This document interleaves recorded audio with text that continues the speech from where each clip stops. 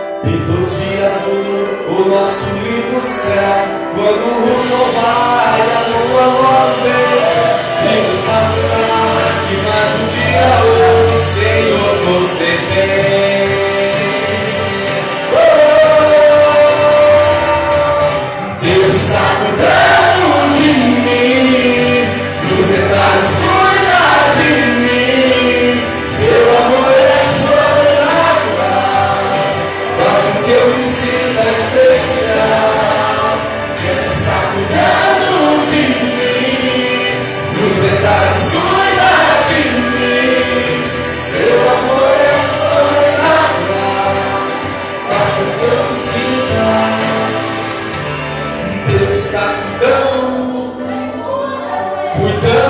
tudo. Pode glorificar essa E o noite. meu trabalho é descansar no seu amor, pois Deus está cuidando de tudo. E o meu trabalho é esperar e descansar no seu amor. Deus está cuidando de mim, nos detalhes cuida de mim. Seu amor é sobrenatural, faz com que eu me sinta especial. Deus está cuidando de mim, nos detalhes cuida de mim. Seu amor é sobrenatural e faz com que eu me sinta especial. Vamos, amigos. Obrigado, Senhor, pelo cuidado que o Senhor tem tido em nossas vidas. Santo eterno Deus tem cuidado da nossa.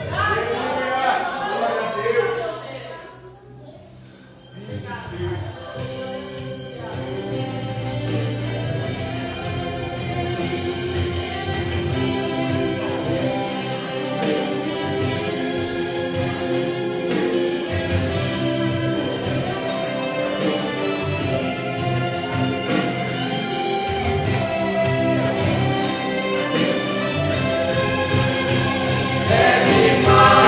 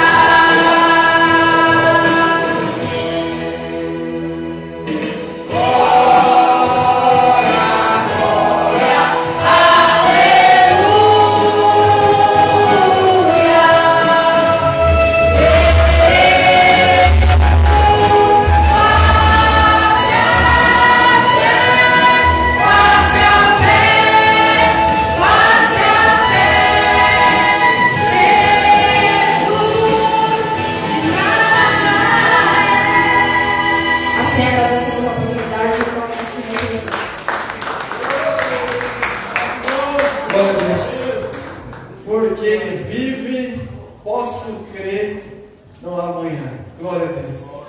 Nossa irmã diaconisa Ana Paula está com a oportunidade. Depois dela, os jovens, tá bom? Os jovens se preparam também para estar louvando a Deus. Aleluia, Deus Santo. Glória a Deus, aleluia, Jesus. Cumprimento a igreja com a graça e a paz. Amém. Vamos deixar um versículo para a meditação? Ainda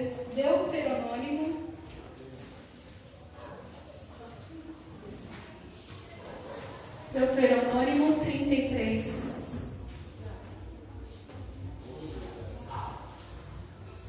Vou ler só um versículo, tá? 29. Feliz é tu, ó Israel. Quem é como tu, povo salvo pelo Senhor, escudo que te socorre, espada que te dá alteza. Assim os teus inimigos te serão sujeitos e tu pisarás os seus altos. Quem será como nós, o povo salvo? Ele fala para Israel que era o filho, né? Filho pela promessa. A gente é por adoção, mas a gente tem que se alegrar porque a gente é salvo, né? Às vezes a gente reclama de tanta coisa, mas a gente não vê que a nossa maior alegria tem que estar no Senhor, é a salvação, né? Tudo que a gente passar aqui não se compara ao que Deus tem pra gente, né? E a gente não vê isso. A gente se prende às coisas daqui, da terra, né? E Deus, ele tem muito mais, é muito do que os seus olhos não viram e não desceu para o seu coração, que Deus tem preparado para a tua igreja. Mas não é aqui, é lá no céu, na Jerusalém celestial, tá? Eu dei essa oportunidade em nome de Jesus, amém.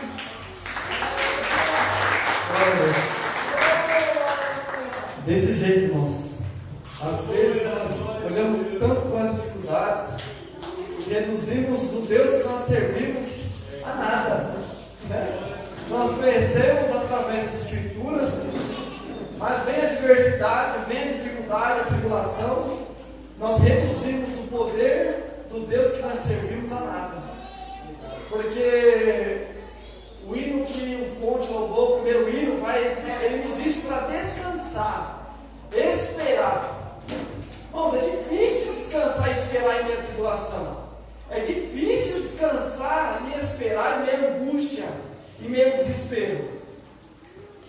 Mas não adianta a gente olhar para a situação e querer fazer do nosso jeito, da nossa forma, do jeito que achamos que é correto. Porque a Bíblia não vai nos dizer que há caminhos para o homem que parece ser bom, mas o seu fim é de morte. Às vezes Deus nos coloca num caminho e nós seguimos a outro. E nós achamos que o caminho é bom. Só que o fim desse caminho é morte. Aí por que nós criamos esse caminho? Porque nós achamos que é bom e reduzimos o poder de Deus a nada. Por isso que, como foi dito, nós temos que nos alegrar, porque a maior promessa que nós temos é a salvação. Porque Ele vive, eu posso crer no amanhã. Não é o amanhã de bênção, de vitória, é o amanhã da vida eterna, é o amanhã da nossa salvação, da nossa redenção.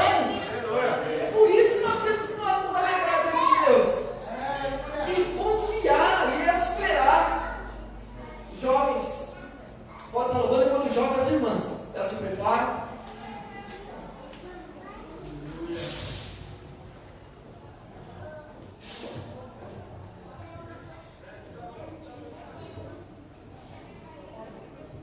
Mocidade Unidos pela Fé, cumprimenta a igreja.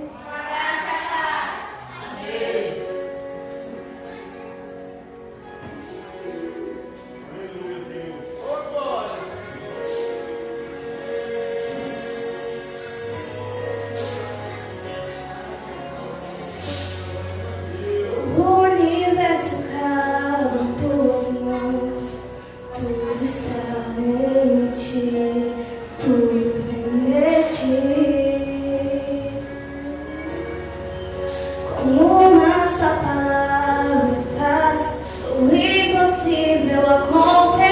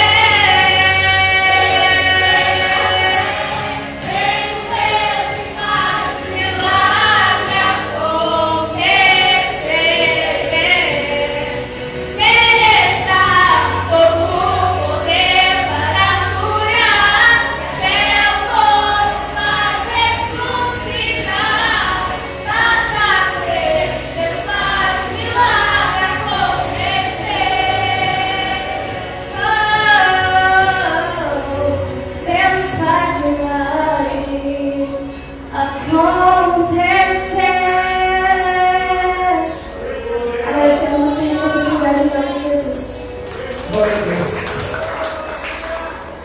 O improvável já não existe mais. Você é interessante, as irmãs já podem se preparando. É interessante que quando nós vamos ver a história de Naamã, às vezes nós não conseguimos ser nem igual a Naamã. Porque Naamã, mesmo ele questionando ali a palavra do profeta, ele ouviu o menor. E o soldado falou: mas Senhor, foi te pedindo coisas tão simples. Naamã achou que o caminho era um, mas o caminho de Deus era outro para a vida dele. Naamã achou que ia acontecer de uma maneira, mas Deus faz tudo ao contrário do que nós achamos ou pensamos. Aí às vezes nossos ouvidos estão tão agravados que a palavra está sendo pregada, o vizinho do teu lado está falando com você, o irmãozinho do teu lado está falando com você: olha, faz isso, faça isso, mas nós não damos ouvido. Aí o milagre não acontece na nossa vida. Às vezes o milagre não acontece porque nós não ouvimos a palavra. Às vezes nós não damos créditos da pessoa que diz a palavra. Às vezes é um irmãozinho simples, mas Deus está usando para falar na minha e na tua vida que o milagre vai acontecer, mas nós não damos ouvido. Aí o milagre não acontece, nós ficamos esperando Deus vir num vento forte, no terremoto, no fogo. As irmãs vão louvar.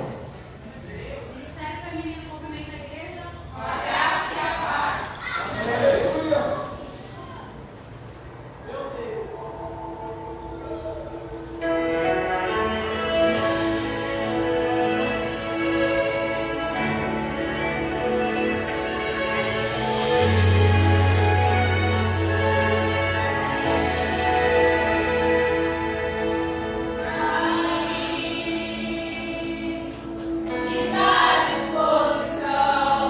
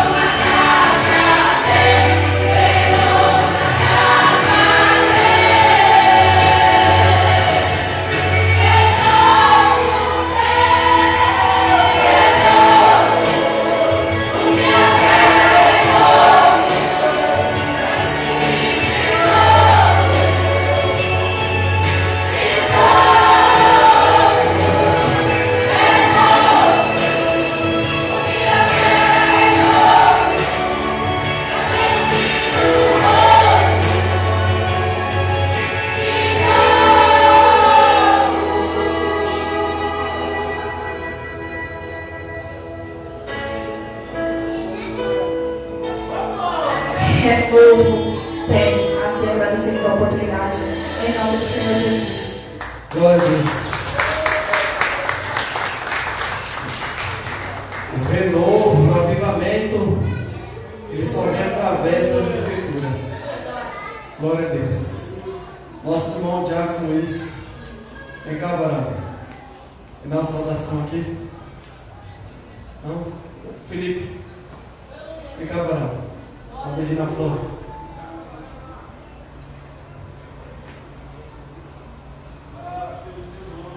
As crianças vão louvar? Não, né? Vai louvar? O Amigão, depois do Felipe, as crianças já louvam.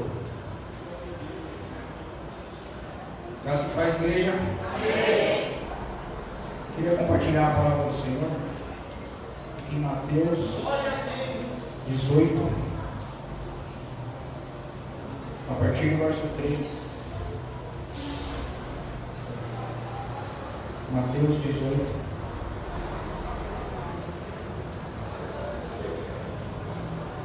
Vamos ler do 1, a partir do 1 até o verso 5. Diz assim: naquela mesma hora chegaram os seus discípulos ao pé de Jesus, dizendo: quem é o maior no reino dos céus? E Jesus, chamando uma criança, a pôs no meio deles e disse: em verdade vos digo que se não vos converterdes e não vos fizerdes como criança, de modo algum entrareis no reino dos céus. Portanto, aquele que se tornar humilde, como esta criança, esse é o maior no reino dos céus. E qualquer que receber em meu nome uma criança tal como esta, a mim me recebe. Eu estava meditando nessa palavra, irmãos, e essa palavra falou muito comigo, porque os discípulos de Jesus, aqui a gente vai ver mais para frente, que Jesus já estava a caminho da sua morte. E enquanto o mestre estava a caminho da sua morte, os discípulos estavam preocupados com quem seria, com qual deles seria o maior no reino dos céus. E essa passagem me chamou muita atenção, porque talvez eles acharam que Jesus responderia que um deles seria o maior, ou que João Batista talvez seria o maior, ou que algum profeta do Antigo Testamento. E a resposta de Jesus, eu creio que gerou um impacto grande nos discípulos, porque a resposta de Jesus, eu creio que eles nunca imaginariam que Jesus responderia dessa forma. E Jesus respondeu no verso 4. Verso 4. Aquele que se tornar humilde como essa criança, esse é o maior no reino dos céus. Então, Jesus está enfatizando aqui a humildade da criança, né? Não a inocência, né? Não, porque a Bíblia diz que nós temos que ser maduros espiritualmente, né? E ele está enfatizando aqui a humildade, assim como ele nos ensinou: sejam humildes como eu sou humilde. E eu deixo essa palavra para meditação da igreja, em nome de Jesus.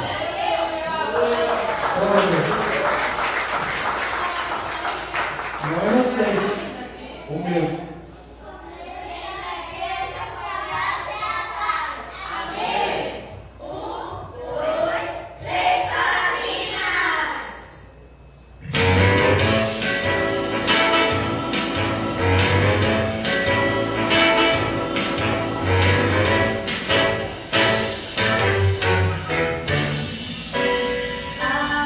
Deus, todo você, todo corpo a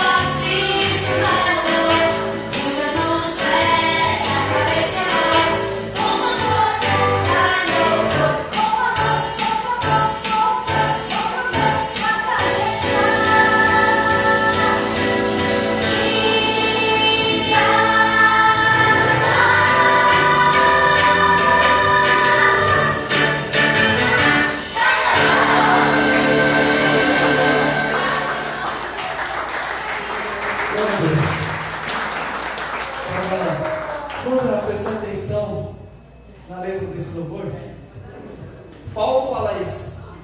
Paulo fala que agora nós não temos mais que usar os membros do nosso corpo para a iniquidade. Mas nós temos que usar os membros do nosso corpo para adorar a Deus. O hino das crianças é totalmente bíblico, irmãos. Você vê que a gente às vezes passa desapercebido, mas é bíblico, né? Quem vai louvar para os dízimos de oferta? Já se prepara aí, quem vai louvar para os dízimos de oferta? E a nossa irmã Dara vai dar uma saudação. Glória a Deus, pastor, amém. A Dara.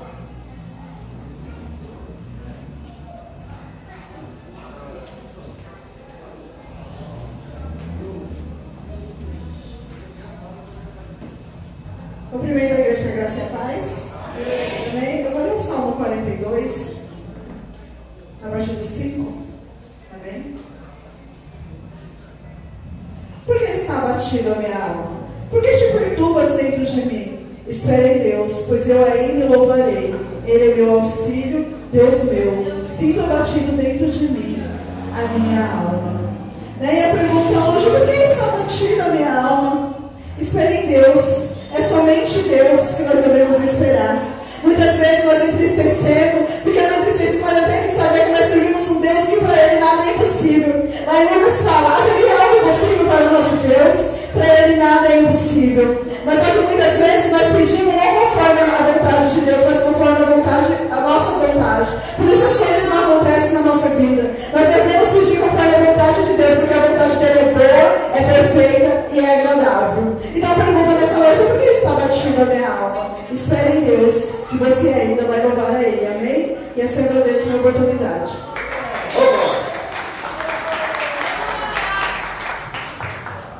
Nova dupla, eu e minha mulher. Vem. Vamos louvar. Ela está me prometendo de morte, igreja. Se eu errar, ela vai me matar. Vamos louvar e vamos bendizer o nome do Senhor Jesus.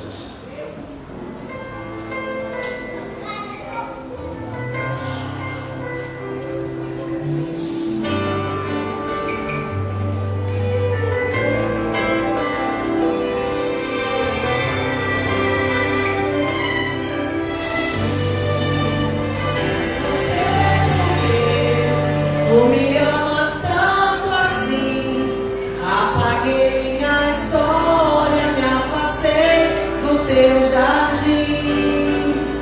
Pedi a água, ninguém me dava de beber. Sentia fome e assisti a minha alma falecer. Por isso é que desci do céu, acendi a minha luz, te procurei.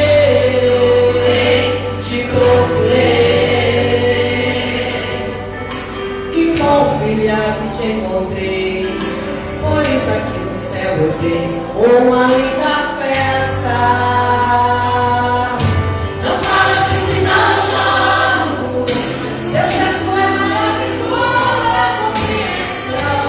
Eu só te adoro.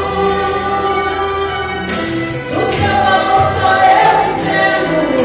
Uma nova história de uma dracma estou escrevendo. Não sou mais uma dracma.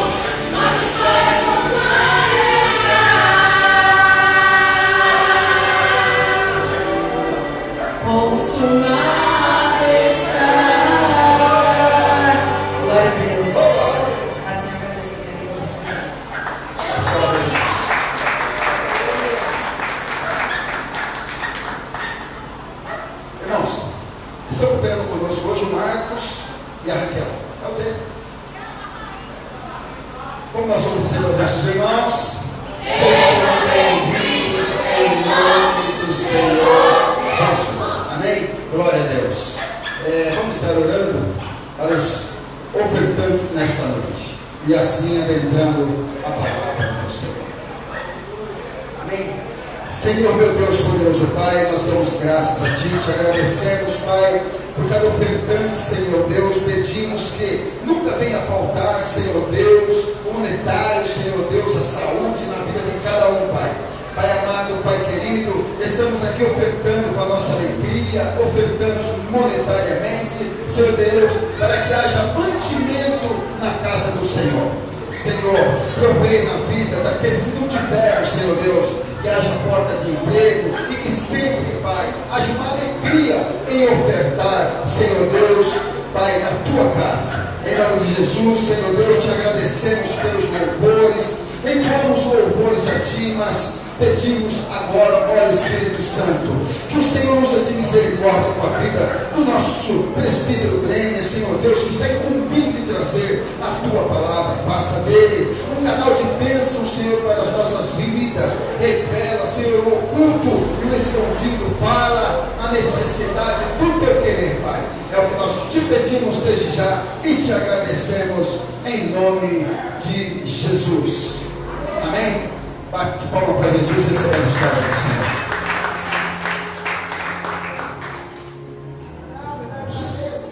Graças a Deus, irmãos.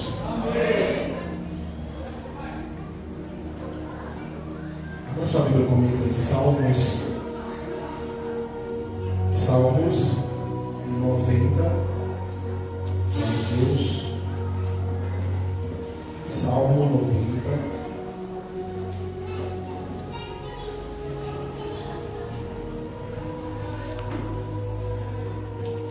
Amém? Amém. Já passou, bem? O caminho foi embora. Glória a Deus. Vamos prestar o nosso culto a Deus essa noite. Porque Ele está aqui. Amém? Jesus está aqui nessa noite na sua casa. E nós estamos diante da presença dEle. Nós temos que ter temor, tremor, porque Ele é santo. Gostaria de ler Salmos 90 com os irmãos. Vamos ler do 1 ao 3. Depois, todos juntos, vamos ler o versículo 12. Diz assim: Senhor, Tu tens sido o nosso refúgio de geração em geração. Antes que os montes nascessem, ou que Tu formasses a terra e o mundo, mesmo de eternidade a eternidade, Tu és Deus. Tu reduzes o homem à destruição e dizes: tornai-vos filhos dos homens. Versículo 12. Ensina-nos a contar os nossos dias, de tal maneira que alcançamos um coração sábio. Amém. Feche os vossos olhos em nome de Jesus. Pai Santo, eis nessa noite, Senhor meu Pai, a Tua palavra, Senhor. Insignificantes somos, ó Senhor meu Pai, diante da Tua majestade, Senhor. Pai querido, o Senhor é um Deus tão belo, o Senhor é um Deus tão grande, meu Pai, de misericórdia. Tu criaste todas as coisas para a glória do Seu santo nome, Senhor.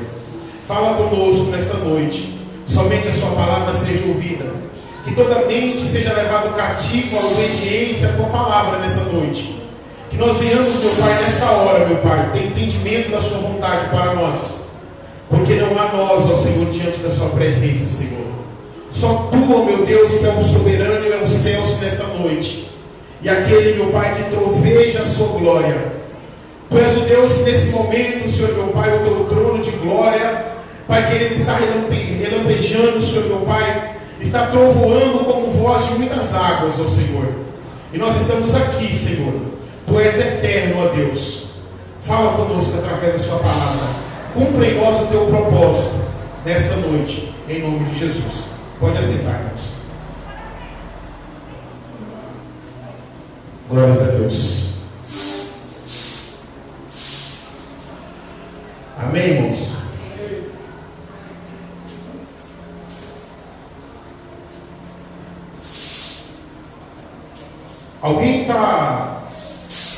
Alguém nessa noite sabe o que tem preparado para a eternidade? O que você tem preparado para a vida eterna? Como está a sua vida diante de Deus? Como está a nossa vida como cristão diante de Deus? Estamos vivendo num século, num tempo, onde o secularismo, o dia atual, o dia a dia, ele nos quer cativar, ele quer nos prender a nossa atenção, para a gente não pensar na nossa vida eterna. A cada dia que passa, nós estamos morrendo. A cada dia que passa, nós estamos envelhecendo. A cada dia que passa na nossa vida, a gente vai deixando essa habitação. A cada dia que passa, um após o outro, nós vamos olhando para a nossa volta e nós vamos vendo que as coisas estão de mal a pior. A cada dia que passa, a gente olha para o que passou para ontem, e às vezes coisas que ficou no passado, hoje lamentamos por não ter feito. Coisas da nossa vida que houve momento que nós poderíamos ter amado mais, abraçado mais, sido mais feliz em Deus, perdoado mais.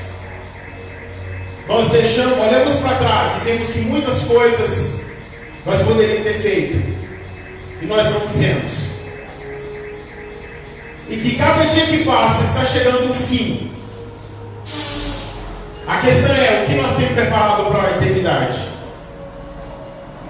Hoje nós estamos muito dispersos. Qualquer coisa tira a nossa atenção da vida eterna. E o secularismo tem implantado isso no nosso meio. Nós estamos vivendo na era da internet, da globalização, aonde mal a gente levanta e já chega a noite, aonde a gente inicia o nosso dia, quando pensa que não, num piscar de olhos já entardeceu, aonde a gente olha para os nossos filhos. Parece que foi ontem que eu tive que a Roberta teve o Ezequiel. Parece que foi ontem, pastor Silvio, que eu casei. Parece que foi ontem que eu estava lá em Minas, na casa dos meus avós. Ouvimos o som dos passarinhos cantar. E o meu avô escutando louvor na vitrola. Parece que foi ontem. E a questão é, você se lembra algo da sua vida que passou tão rápido que você não percebeu? É o secularismo. É o tempo que nós vivemos. Porque o secularismo, ele quer colocar na nossa mente que o que importa é o aqui e o agora. O secularismo quer que nós olhamos e vivamos nesse presente século, nesta era, para conquistarmos, para vivermos de acordo com que as ideologias são implantadas para nós, sem pensar na eternidade, sem pensar no mundo vindouro. E sendo assim, nós como cristãos temos que olhar para a palavra de Deus, temos que nos analisar na palavra de Deus, nas escrituras, para nós identificarmos se o secularismo já está fazendo parte da nossa vida, e nós talvez está igual o Sansão, que o Espírito de Deus se apartou de Sansão e ele não tinha percebido. Talvez o secularismo já entrou no seu coração, na sua vida, e que você não tem percebido, porque você passa muito tempo da sua vida empenhando força, colocando empenho na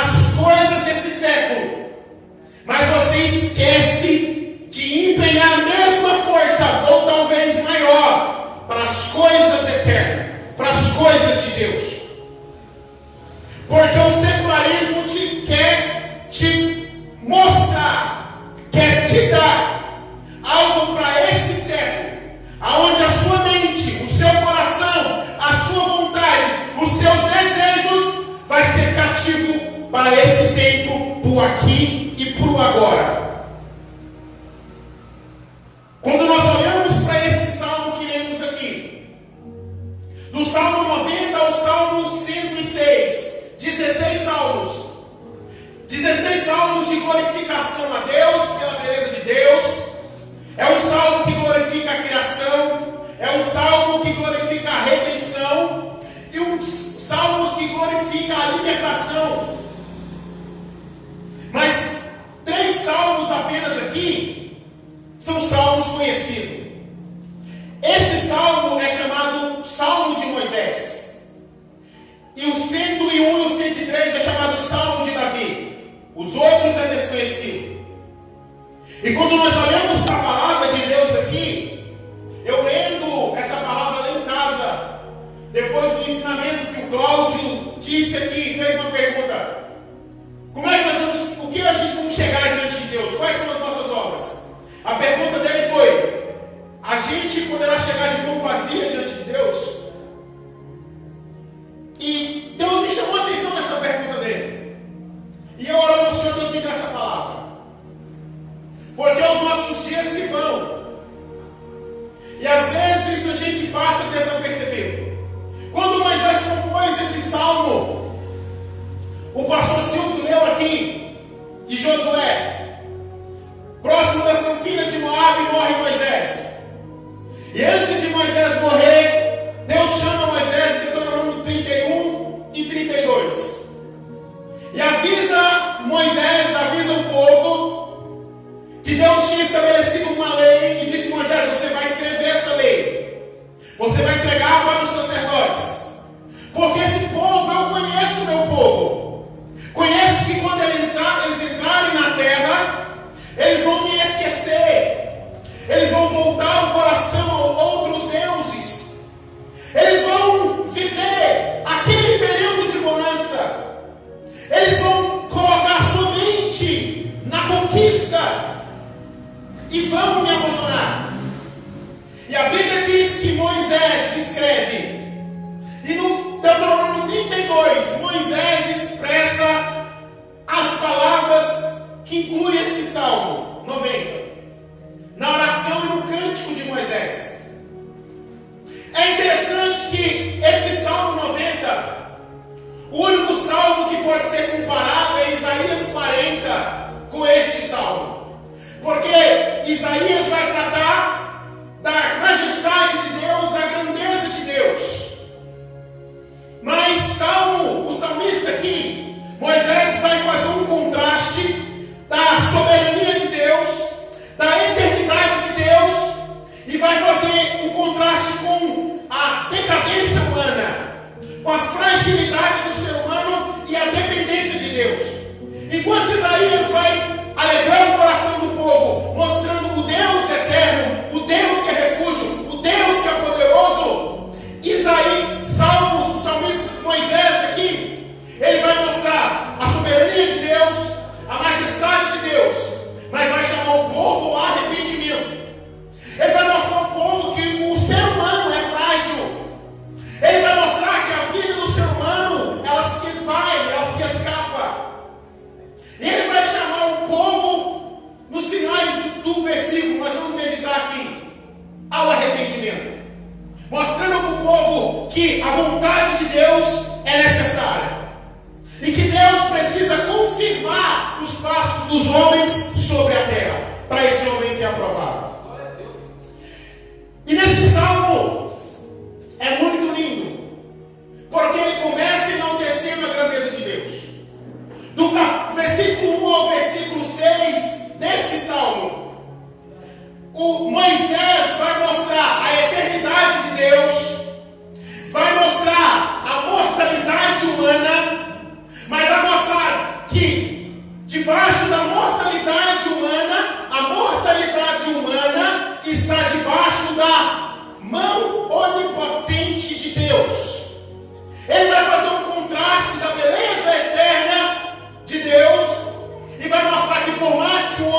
frágil, a sua habitação é a eternidade de Deus. Ele diz no versículo 1 aqui, Senhor, quando ele usa essa expressão Senhor, olha aqui comigo, Senhor, ele está dizendo Javé, ou Iavé. Ele diz, se tu tens sido o nosso refúgio, ou o nosso lugar de habitação. Quando ele está falando que tu tens sido o nosso refúgio, o nosso lugar de habitação, ele está exaltando ao Deus soberano.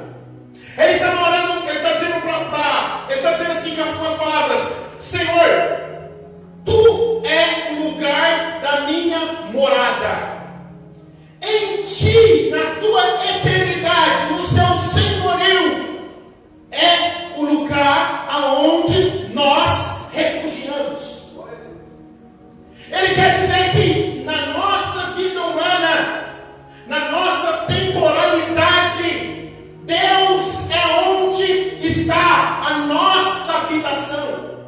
Quando ele diz, tu tens sido o nosso refúgio. Por quê? Porque Moisés tinha acabado de escutar palavras severas de Deus, dizendo que aquele povo ia abandonar a Deus. Agora Moisés está dizendo, o Senhor é a nossa habitação. O Senhor é o lugar onde nós se refugiamos, ou seja, a nossa morada. E ele diz de geração em geração. Quando ele está tratando de geração em geração, tinha passado 7 gerações. Abraão, Isaac, Jacó, Levi, até chegar em Moisés.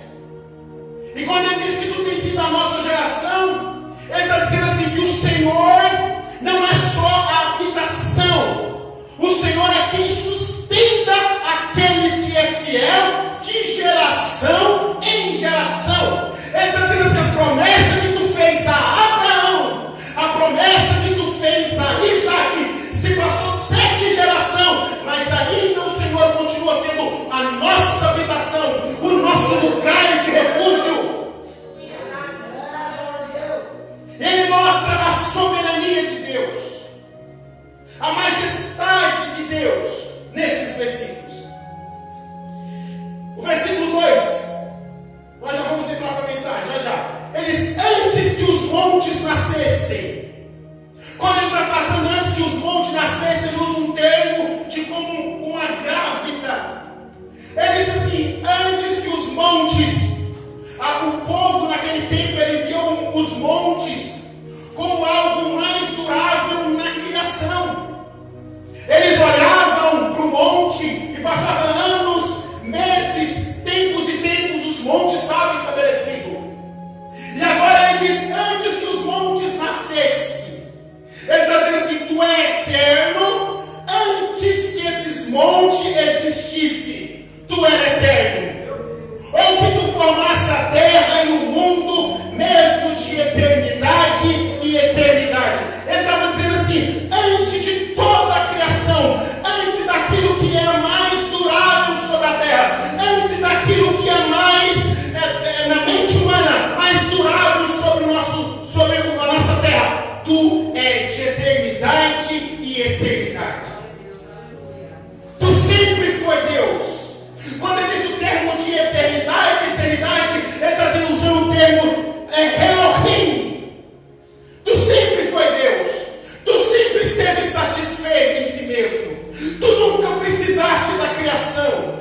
Tu nunca precisaste criar nada. Porque tu desde a eternidade e de eternidade, tu é Elohim. Tu és Deus. Tu és poder. Tu és o Deus poderoso. Tu és o magnífico. E no versículo 3 é onde eu quero iniciar. Tu reduzes o homem à destruição e dizes, tornai-vos filhos do homem, tornai-vos filhos dos homens. Quando ele diz tu reduz a destruição ao pó, ele está fazendo uma referência que quem escreve Gênesis foi Moisés. Ele está tratando uma referência da queda humana, aonde Deus lança uma maldição ao homem, dizendo que o homem agora ele tornaria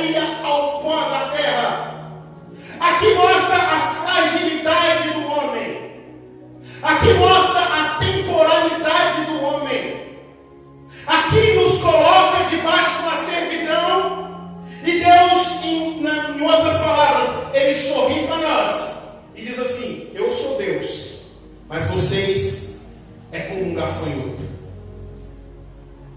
Eu sou de eternidade a eternidade, mas vocês são pó. Todos vocês são pó. Todos vocês são como gafanhotos. Eu sou eterno, vocês são temporal. Eu sou majestoso, vocês terão um fim. E é sobre isso que eu quero falar nessa noite. É sobre isso que eu quero fazer você pensar nessa noite. Porque o nosso tempo é curto. O nosso tempo é escasso. E eu orando a Deus essa tarde, chorei muito na presença do Senhor. Disse assim: Senhor, eu não tenho feito nada daquilo que eu preciso fazer.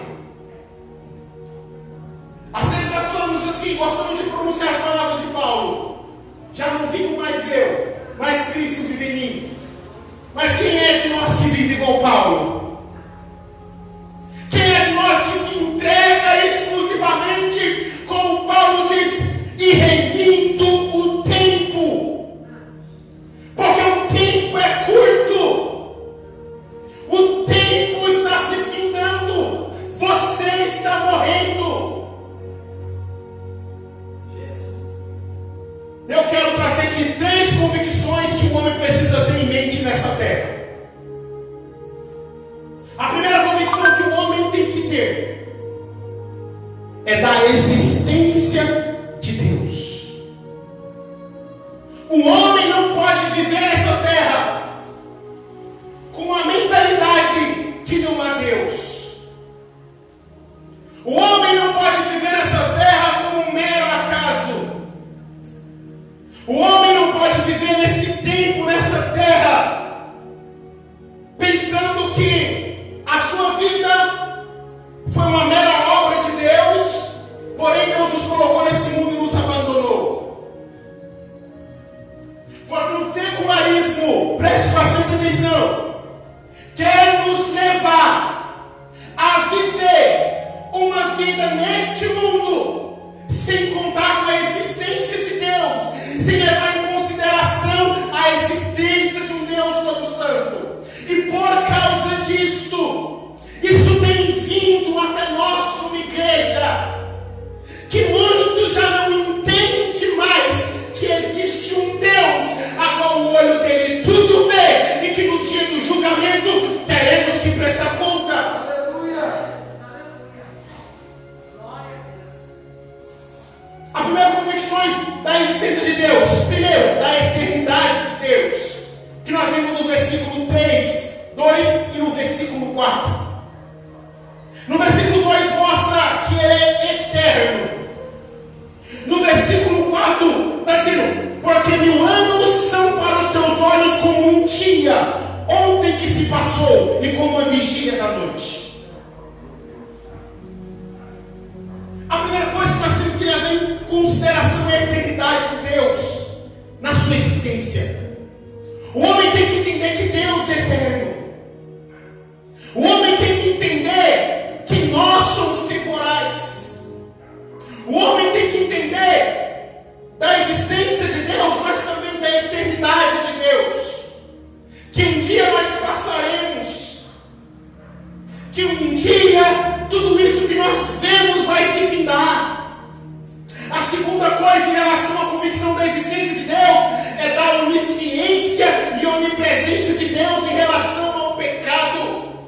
O homem tem que ter em mente que Deus está vendo o pecado de perto. Coloca no versículo 8. A convicção que o homem tem que ter em relação à existência de Deus é da onisciência de Deus em relação ao pecado. Olha o que Moisés está dizendo: diante de ti puseste as nossas iniquidades, os nossos pecados ocultos à luz do teu rosto. O homem tem que entender da onipresença de Deus em relação ao pecado. Nada que o homem faz no oculto está oculto dos olhos de Deus. Talvez você pode estar escondendo do pastor, do seu marido, talvez você esteja escondendo do seu filho,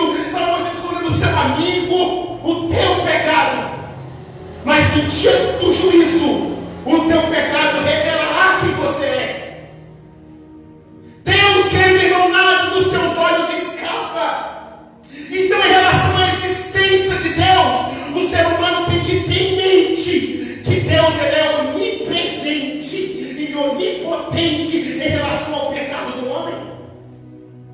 Todos os pecados que é feito nas ocultas será revelado.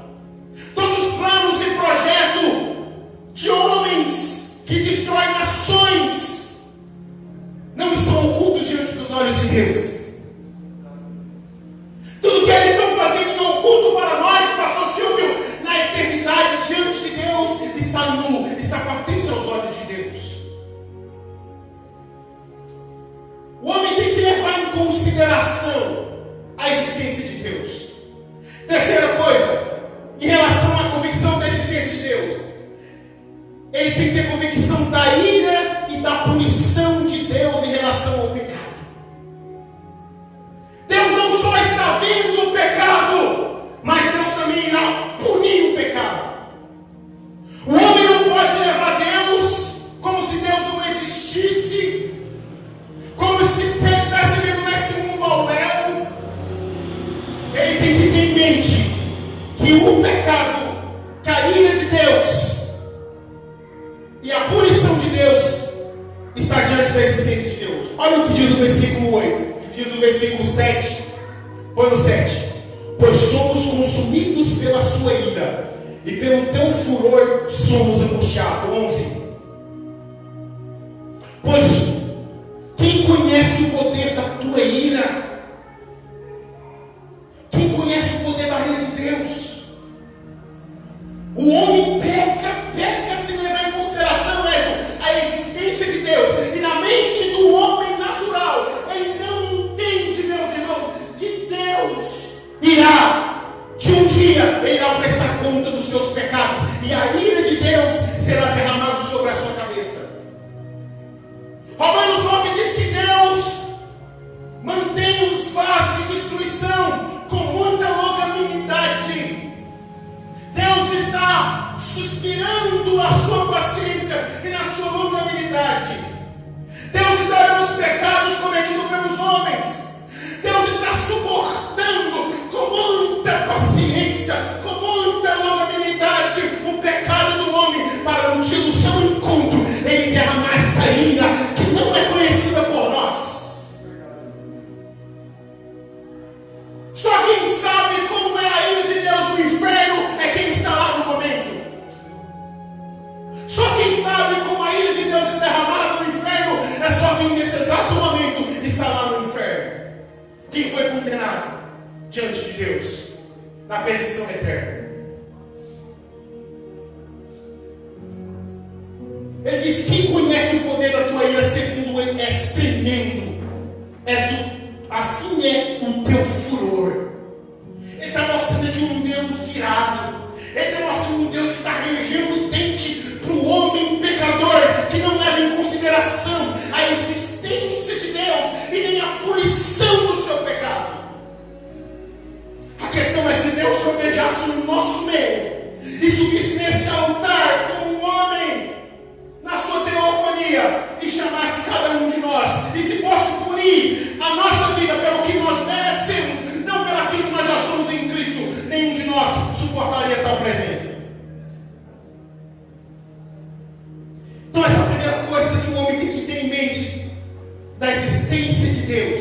A segunda coisa é da brevidade da sua vida. Está no versículo 5, vamos ler pausadamente comigo. Põe lá. Ele diz assim: tudo os leva como uma corrente de água. Quem já foi uma corrente de água? Todos nós já fomos. Ela não vai passando, ela não para. Ele está dizendo assim: como uma corrente de água, nós voltaremos ao pó. O homem tem que ter isso em mente da nossa brevidade de vida. Nós temos que ter em mente que eu estou aqui agora, mas eu não sei o que sucederá daqui a 2 minutos sequer, ou 2 milésimos de segundo. Deus na eternidade pode dizer para mim: venha para cá, meu filho. Segunda coisa, está no versículo 5. São como um sono. A sua vida é como um sono. A sua vida é como um sono. Você deita, você adora. Quem consegue, se não fosse um relógio, saber o tempo que dormiu, se não fosse por um relógio? Você deita, daqui a pouco você acorda no piscar de olho. A nossa vida é como um sono. E Moisés diz que de manhã cresce como a erva. Agora Isaías 40 vai comparar.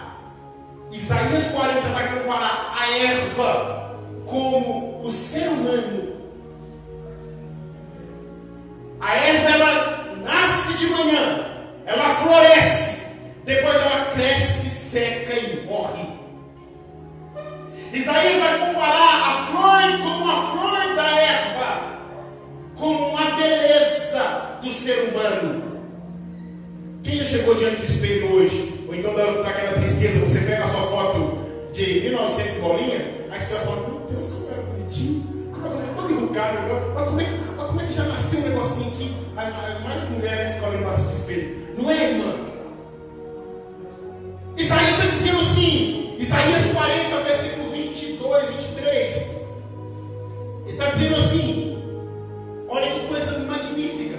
Isaías está dizendo assim, Isaías 40, versículo 7, versículo 6, clama, voz que diz, clama, e se alguém disser, quem te clamar? Toda a carne é erva. Aqui ele está dizendo, todo ser humano, ele está fazendo comparação, toda a carne, todo ser humano é erva. E ele diz, e toda a sua beleza, como as flores do campo, seca-se a erva e caem-se as flores, soprando nela o hálito do Senhor. Na verdade, o pó é erva. Ele explica ainda, na verdade, o pó da terra é a erva.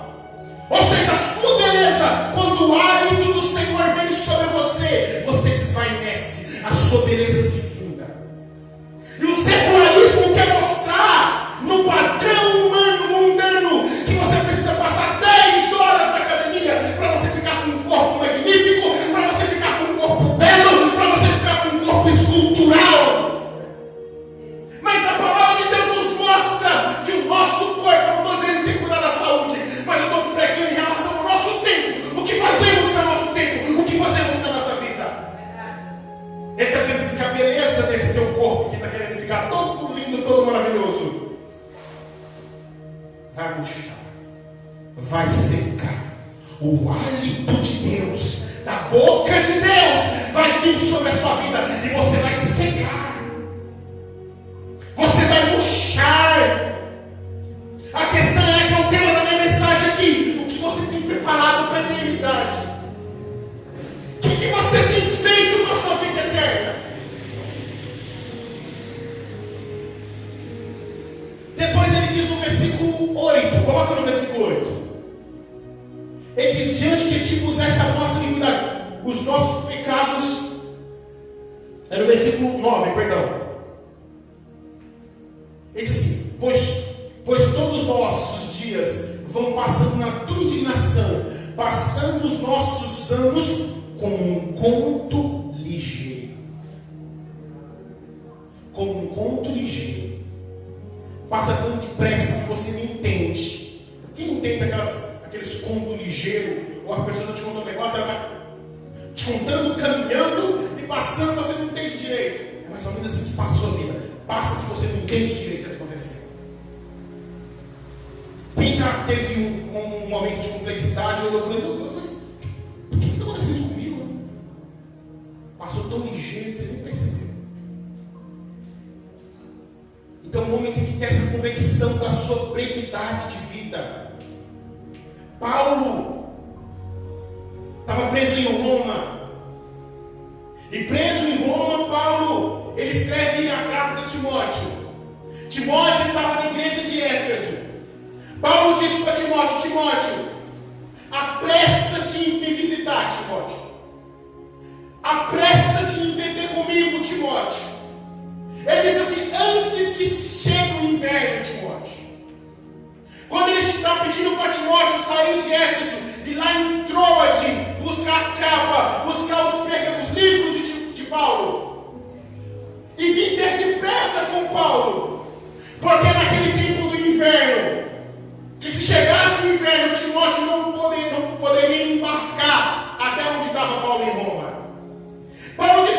Timóteo, Timóteo, vem depressa, Timóteo. Apressa-te em me ver, Timóteo. Traz a capa. Por que Paulo traz a capa? Porque o inverno está chegando, Timóteo.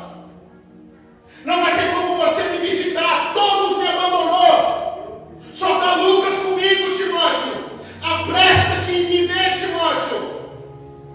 E ele diz, apressa-te 2 vezes na carta de 2 Timóteo, capítulo 4.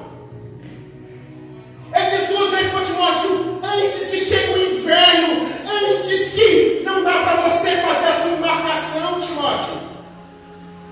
Mas por que Paulo pede Timóteo para vir depressa? Porque Paulo tinha entendimento que ele precisava se aquecer no inverno. Ele queria nos seus últimos minutos ver Timóteo. Ele estava sozinho. Nos seus últimos minutos de vida, ele queria ver Timóteo. Ele disse para Timóteo, traz também o irmão Marcos, que me é muito útil para o ministério.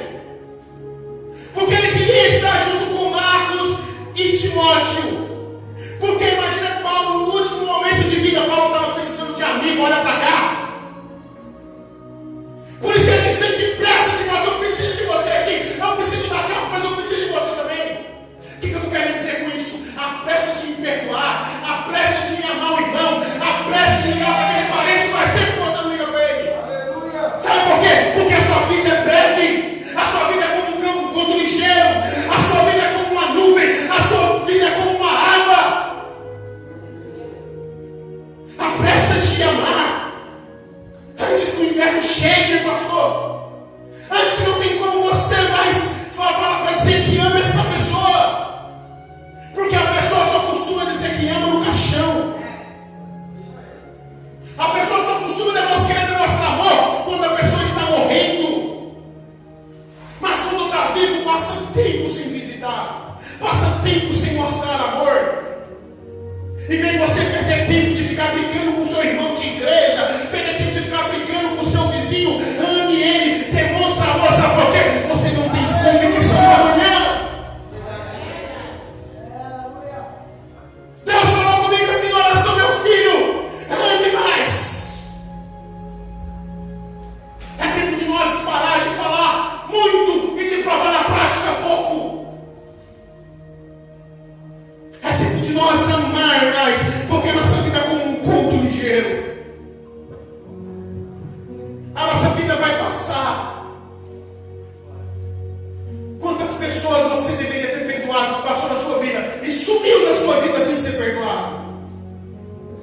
Quantas pessoas que Deus colocou no seu caminho para você fazer um ato de benignidade, de benevolência, e você foi omisso àquela pessoa? Moisés aqui, ele está dizendo assim, na sua oração, ele está falando para o povo de Israel assim, vocês não devem abandonar Deus, vocês devem levar Deus em consideração. No versículo 12, ele ensina-nos a contar os nossos dias de tal maneira que alcançamos um coração sábio. Teve um evangelista do século 17, que a história diz que ele escreveu de 80 anos, e foi descontando a sua idade. Ele comemorar o aniversário, ele ia descontando a sua vida. Depois que ele leu o versículo 7, o versículo 10 de Salmos 90. Salmo 90 vai dizer, a duração da vida é 70 anos, e alguns dias pela robustez. Chegam os 80 anos, o melhor deles é canseira, enfado, pois passa rapidamente e nós voamos. É como se fosse uma nuvem, que o vento vem e arrebata depressa. Ele está dizendo assim, chegou 80 anos, você não consegue dar mais o seu melhor. A questão é, quanto tempo que nós perdemos de dar o nosso melhor? Quanto tempo que nós perdemos aqui, porque nós não sabemos contar os nossos dias? Irmão, está chegando, qual que é a tua idade? Não precisa falar para mim, qual que é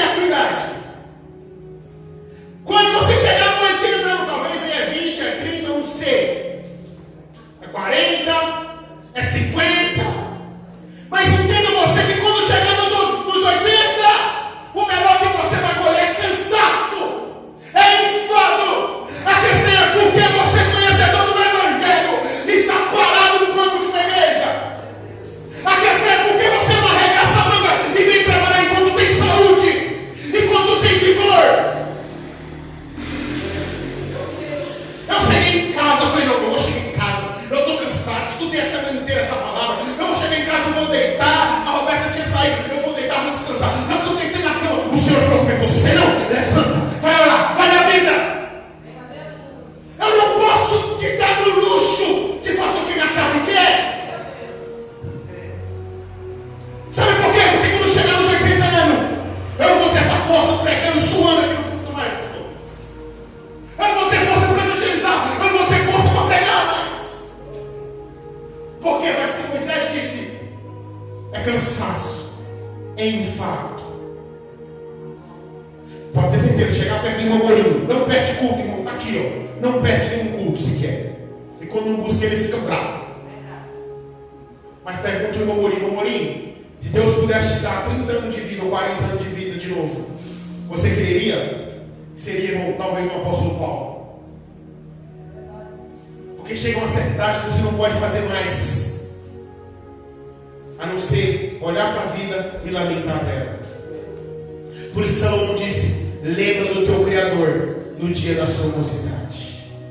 Antes que venham os maus dias, não posso dizer, nele não tenho contentamento.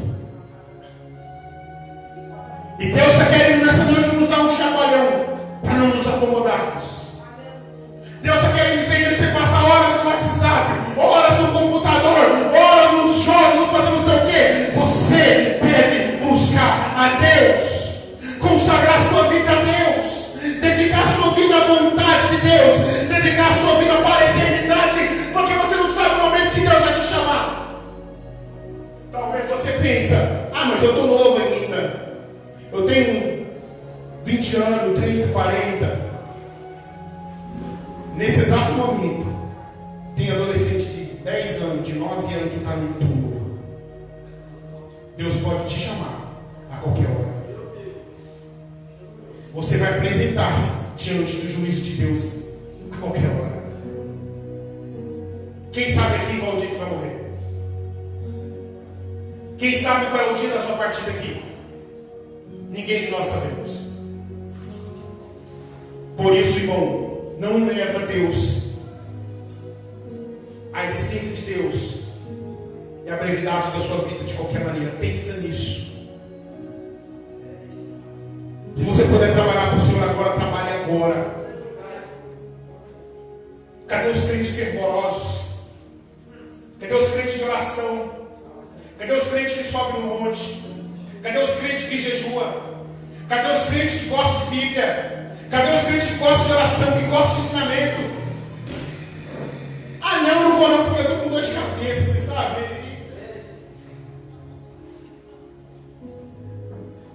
Deus não tem um culpado por inocente. A omissão é um dos piores pecados. Deus ele vai julgar o pecado de omissão diante daquele dia. Deus vai julgar as vezes que Ele nos chamou para o serviço e nós recuamos por banalidade. Não adianta, pastor, você querer mostrar para o pastor. Não adianta você querer mostrar para o obreiro. Não adianta você mostrar para o seu vizinho que você quer fazer ou não. Você que tem que se enxergar com o espelho diante de você e falar, eu estou morrendo, eu estou envelhecendo. E na pergunta do irmão Cláudio, como eu me apresentarei a Deus as minhas obras diante da eternidade? Como é que eu vou me apresentar diante do trono de Deus? Como um guerreiro ou como um omisso? E Deus está falando nessa noite com você. Deus está falando no seu coração nessa noite. A nossa vida é muito breve. E logo estaremos na eternidade. Eu penso, irmão, que a qualquer momento, cada um de nós aqui pode encontrar com Cristo. Não estamos livres disso. Às vezes a gente projeta tempos. Daqui 10 anos eu vou fazer isso. Nós aprendemos aqui em Tiago. Daqui 5 anos eu vou fazer, vou comprar, vou ir. Ei, a Bíblia te chama de você de louco. Amanhã pedirá a sua alma o que tens preparado. Olha a pergunta de Jesus: o que tens preparado? Para quem será? Porque nós conseguimos preparar coisa para esse século, preparar coisa para os nossos filhos. Eu não estou dizendo que você não tem que projetar coisa, mas você dedica apenas para esse mundo. A pergunta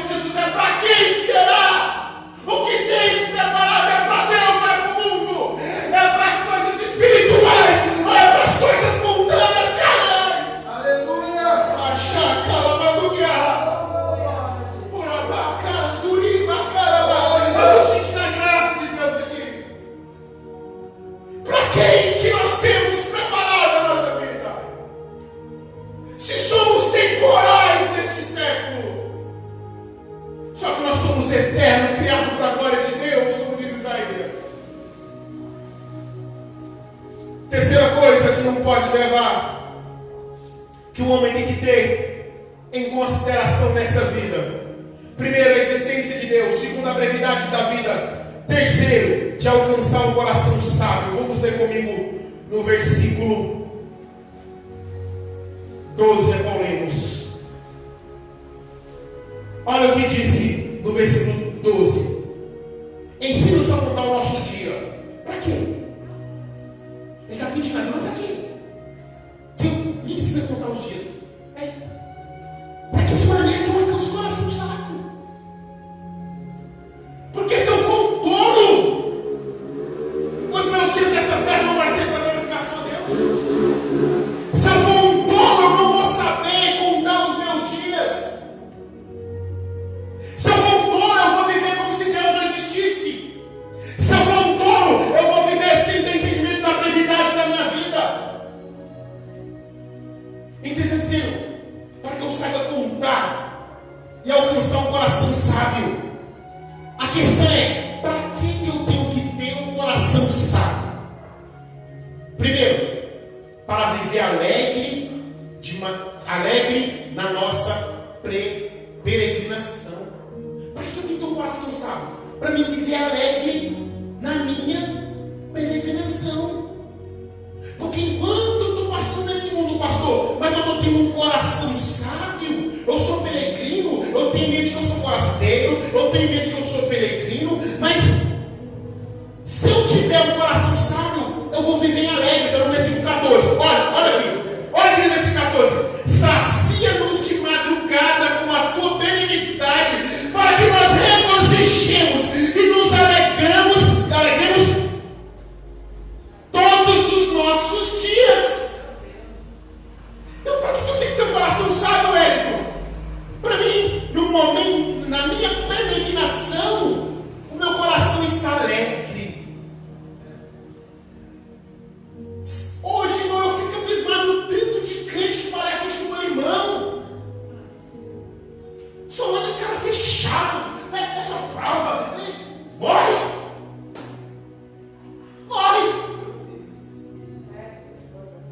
Sabe por quê, irmão? Se eu tenho um coração sábio, irmão, eu vou. Olha que versículo lindo. Olha, como é que eu fardo-nos de madrugada com a tua benignidade, para que nós regozijemos e nos alegremos todos os dias. Se eu for acrescentar primeiro, para a nossa peregrinação. Porque você tem que pedir a Deus para Ele te ensinar a viver, a contar os seus dias e ter um coração sábio, para você viver alegre nesse mundo. Enquanto tudo à sua volta está desmoronando, é o coronavírus, é não sei mais o que tem, é o desemprego, você está alegre no Senhor, você está descansado, aí você fala igual um Jó: eu sei que o meu Redentor vive e um dia se levantará. Aí você está com o coração alegre, como faz um poeta, a palavra hoje, alegremos, como disseram, vamos à casa do Senhor. Aí você tem um culto doido para chegar, para cantar, para aplaudir o Senhor, para dar uma palavra, para ouvir a pregação, alegre num período da sua peregrinação. Antigamente eu estava ouvindo esse pastor: caminhando eu vou para Canaã, caminhando eu vou para Canaã, glória a Deus, caminhando eu vou para Canaã. Hoje música, canta, irmão, caminhando eu vou para Canaã.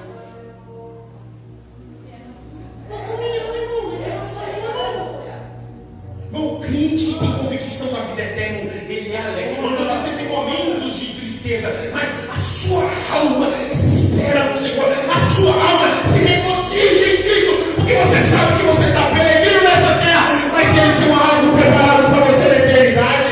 Então tudo que você faz é fitando os olhos na vida eterna, tudo que você faz é para a glória de Deus. Segundo, primeiro, para viver alegre na nossa peregrinação. Por que você tem que ter um coração sábio? Para alcançar, presta atenção, para alcançar experiência com os dias mal que se passam. Vamos ver o versículo 15, coloca lá. Alegra-nos pelos dias em que nos afligiste, pelos anos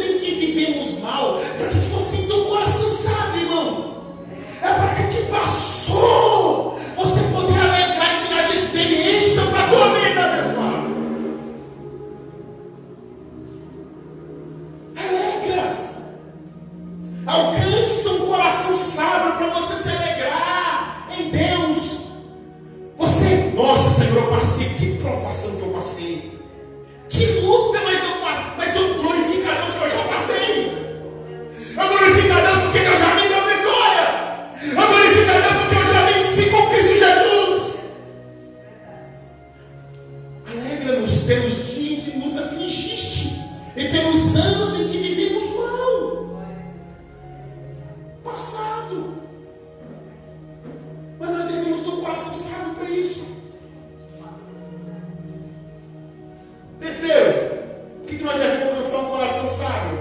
Para que o homem tem convicção que ele precisa de viver nessa terra em mente da existência de Deus, da brevidade da vida e de um coração sábio? Para que nossa história de vida nessa terra seja confirmada, porque Deus, pelas nossas boas obras, e deixar um legado na história. Versículo 17. Seja sobre nós a formosura do Senhor nosso Deus, e confirma sobre nós a obra das nossas mãos. Para que você tenha um coração sábio, para Deus confirmar as obras da tua mão. Tudo que você fizer ser confirmado pelo Senhor. Você faz a obra do Senhor em temor a Deus. Ele vai dizer, sim, confirma-nos as obras das nossas mãos. Por que você deve pedir a Deus um coração sábio, irmão? Para você deixar um legado. Irmãos, todos os homens de Deus, olha para cá. Todos os homens de triunfo. Todos os homens que estão na galeria dos heróis da fé. Por que eles estão lá? Eles deixaram um legado. Por que a gente olha para a história da igreja e nos alegramos? Por que nós olhamos para a vida de Paulo, dos apóstolos, e nos alegramos? Porque eles deixou um legado. As obras da mão de Paulo foi confirmada pelo Senhor. As obras das mãos dos discípulos foram confirmadas pelo Senhor. As obras das mãos dos patrísticos da igreja foi confirmada pelo Senhor. Porque eles tinham um coração sábio. Eles souberam entender o que eles estão fazendo aqui. A maior tristeza de muito cristão hoje, eu louvo a Deus por essa igreja. Sábado eu estava reunido na minha casa com os meninos aqui da igreja. E nós estávamos tratando sobre algumas coisas. E a gente falando lá que a maior alegria é nós estarmos em Deus. Mas poucos cristãos entendem e sabem o porquê da sua existência. Esse é o motivo dele não glorificar Deus como Deus requer glorificação. Esse é o motivo dele não alcançar um coração sábio. Porque ele não sabe porquê da sua existência. Deus nos colocou nessa terra como peregrino. E o único propósito e objetivo de você estar vivo e de você existir é para a glória de Deus. Não tem outro motivo. Então, se eu vivo nesse século de qualquer maneira, não levando em conta a existência de Deus, a brevidade da vida, e pedir a Deus para alcançar um coração sábio, contando os seus dias, eu não entendi o que eu estou fazendo aqui. O que Deus quer nos ensinar aqui é que nós necessitamos de viver a vida com olhar para a eternidade. Eu coloquei uma aplicação para nós aqui, encerrar nossa mensagem. Primeiro, viva a vida para Deus, para a eternidade. Colossenses capítulo 3, versículo 2, alguém sabe o que está escrito lá? Você não sabe o que está escrito lá? Pensai nas coisas dos que são do alto e não nas que são da terra. A pergunta é, vamos ser sinceros, quem nós temos pensado mais? Paulo estava dando aqui para os irmãos de Colossos. uma diretriz, uma direção. Pensa nas coisas eternas. Vive para as coisas eternas. Vocês são temporais. Paulo disse assim, no 2 Coríntios capítulo 5. Paulo vai dizer que a nossa habitação terrestre, é visto como nossa habitação ou tabernáculo, se desfizer, temos por Deus um tabernáculo, uma casa feita por Deus, não por mãos humanas, mas eterna. Paulo está dizendo que esse tabernáculo vai se desfazer. Esse tabernáculo não vai durar muito tempo. Ele está dizendo aqui, pensa nas coisas de alto, pensa na eternidade. Segunda aplicação. Tenha em mente que cedo ou tarde o seu pecado vai te encontrar. Cedo ou tarde nós estaremos diante do tribunal de Cristo. E Ele vai julgar as nossas palavras. Cristo vai julgar as nossas ações. Cristo vai julgar o nosso pensamento fluente. Cristo vai julgar a nossa omissão diante dele. Então, tenha em mente que nós vamos apresentar diante de Deus. Não vive essa vida de cristão. Ah, sou cristão. São mais ou menos. Você é cristão? Não. Ou você é, ou você não é. Que não vai entrar crente mais ou menos.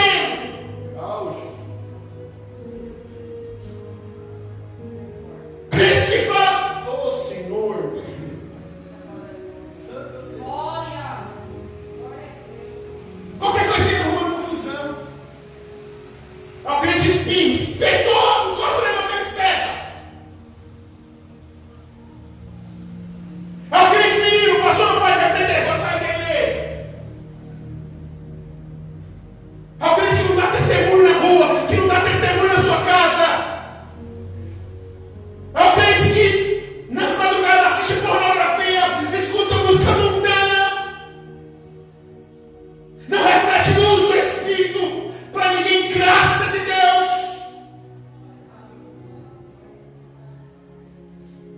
Vai chegar diante do tribunal de Cristo. A última para encerrar. Enquanto vivemos, irmãos, vamos pedir a Deus para viver a vida com sabedoria. O nosso pior problema é falta de sabedoria. A Bíblia diz que o temor do Senhor é princípio da sabedoria. Mas pelo fato de que nós não tememos a Deus como convém, nós às vezes deixamos de ser sábios. E quando nós deixamos de ser sábios, nós não sabemos conviver em fraternidade. Não sabemos viver com o irmão. Não sabemos viver nessa terra esperando o Senhor. E às vezes nós damos muita cabeçada por causa disso. Mas Tiago diz, Tiago capítulo 1, versículo 5: se tem alguém dentre vós que tem falta de sabedoria, peça a Deus, que a todos dá liberalmente. Bom, Deus ele tem prazer em dar sabedoria. Deus tem prazer, pastor, em outras palavras, um caminhão de sabedoria e derramar sobre nós a sua sabedoria. Ele tem prazer. É o gosto de Deus, é a vontade de Deus que sejamos sábios para poder viver nessa terra, tendo em mente a eternidade. Feche os seus olhos. Pai Santo, eis a tua palavra, Senhor. Palavra, Senhor, meu Deus, que nos edifica. Palavra, Senhor, meu Pai, que nos leva a pensarmos na eternidade. Porque, Pai, vivemos nesse mundo, nesse secularismo, ó Deus, aonde todas as coisas é o aqui e o agora, é o já e o já foi. Mas nós oramos a Ti, Senhor, nesta noite. Nos dá um coração sábio, nos dá um coração tendo a mente de Moisés, nos dá um coração tendo a mente de Davi, nos dá um coração, Senhor, tendo a mente do apóstolo Paulo, nos dá um coração, Senhor, meu Pai, tendo a mente de Cristo, Senhor, meu Deus, para que Ele viva, Senhor, meu Pai, em nós, ó Senhor, para que possamos viver, meu Pai querido, para Ti, para que possamos viver uma vida, Senhor, justa, piedosa diante da Sua presença, Senhor, para que nós possamos compreender a vontade do Senhor, para que nós possamos olhar para este mundo com nojo desse século, século de pecado, mundo sujo, mundo podre, Senhor, meu Deus, pelo pecado, mas que nós possamos olhar para a eternidade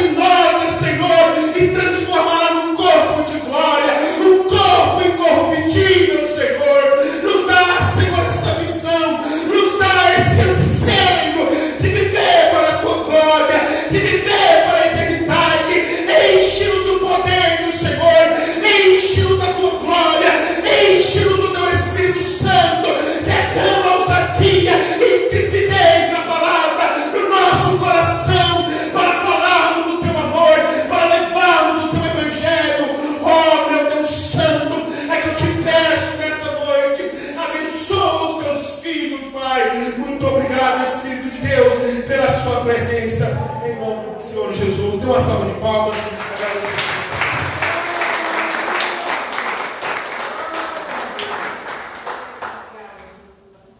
Glória a Deus. Palavra abençoada, né, irmãos? O Senhor falou com você aí, falou comigo. Glória a Deus. Irmãos, os recados. Amanhã nós temos teologia. Quarta-feira, nosso culto. Tá? Sexta-feira, o nosso ensino. E domingo pela manhã, a escola dominical. Então, amanhã, teologia. Quarto, culto. Sexta, nós vamos ter ensino. Como eu e o presbítero Breno estamos intercalando aí, nós vamos continuar falando sobre homilética. Tá bom? Então, os irmãos colaborem, né? Nós ouvimos aí a palavra, temos que remir o tempo, sejamos sábios e remindo o nosso tempo. Nós sabemos que, como o nosso irmão Breno falou, nós tivemos aqui os estudos, nós vemos aquele pacote dos ismos: secularismo, humanismo, relativismo, tudo isso tem nos atrapalhado aí em servir a Deus com interesse de coração. Então nós temos que pedir sabedoria a Deus a cada dia, porque nós sabemos que os afazeres, irmãos, eles são muito bons.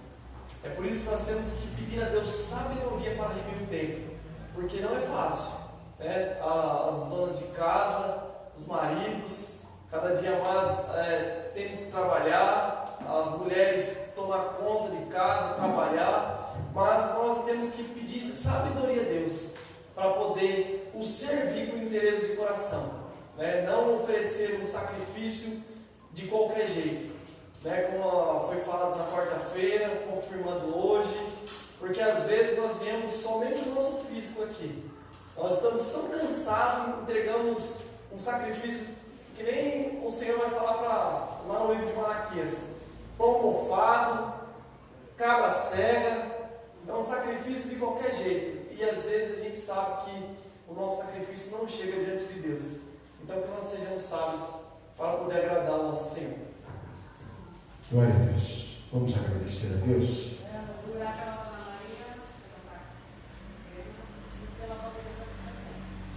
Irmã Maria Valdereza. Quem mais precisa de oração?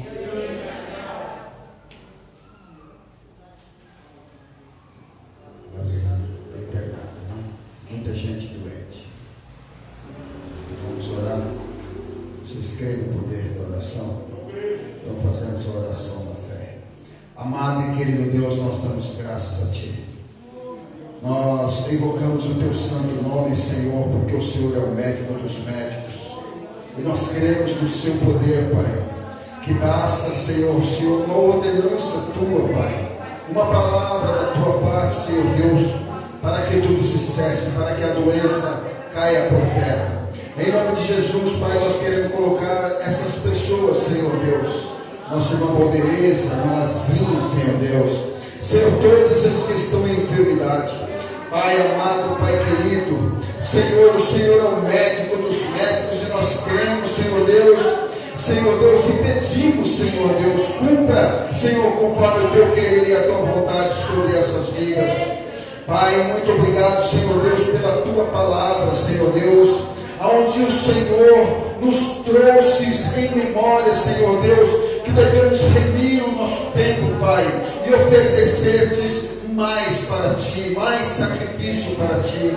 O Senhor não pede, Senhor Deus, para que nós flagelamos, mas Senhor, pedimos, Senhor Deus, que nós o adoramos, Pai. Senhor, hoje, Senhor, iniciou-se a semana, Pai. Amanhã será o primeiro dia de labor, Senhor Deus. Senhor, guarda, Senhor Deus, nós das mãos, Senhor, do homem sanguinário, Senhor Deus. Livra-nós das balas perdidas, dos acidentes, Senhor. Em nome de Jesus, acampa os Seus anjos ao redor dos nossos, Senhor Deus. Guarda os nossos filhos, as nossas propriedades.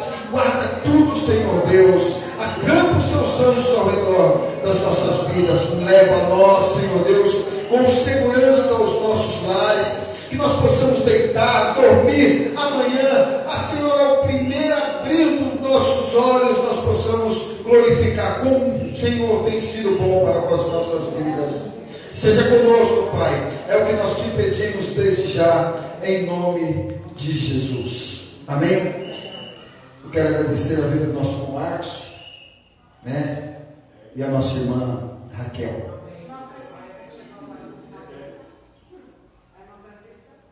Marco e a irmã Francisca. Raquel.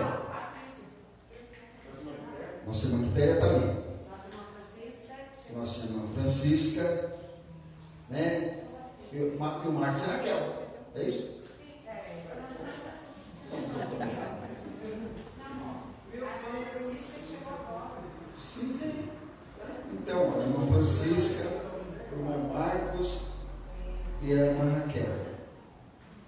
Nós somos muito gratos. Os irmãos ficaram felizes pela presença dos irmãos. Pega as mãos assim. Que a graça do nosso Senhor Jesus Cristo, o grande amor de Deus e as doces consolações do Espírito Santo esteja com essa querida e amada igreja, não somente hoje, mas para todos sempre. Todos digam amém. Mais palmas.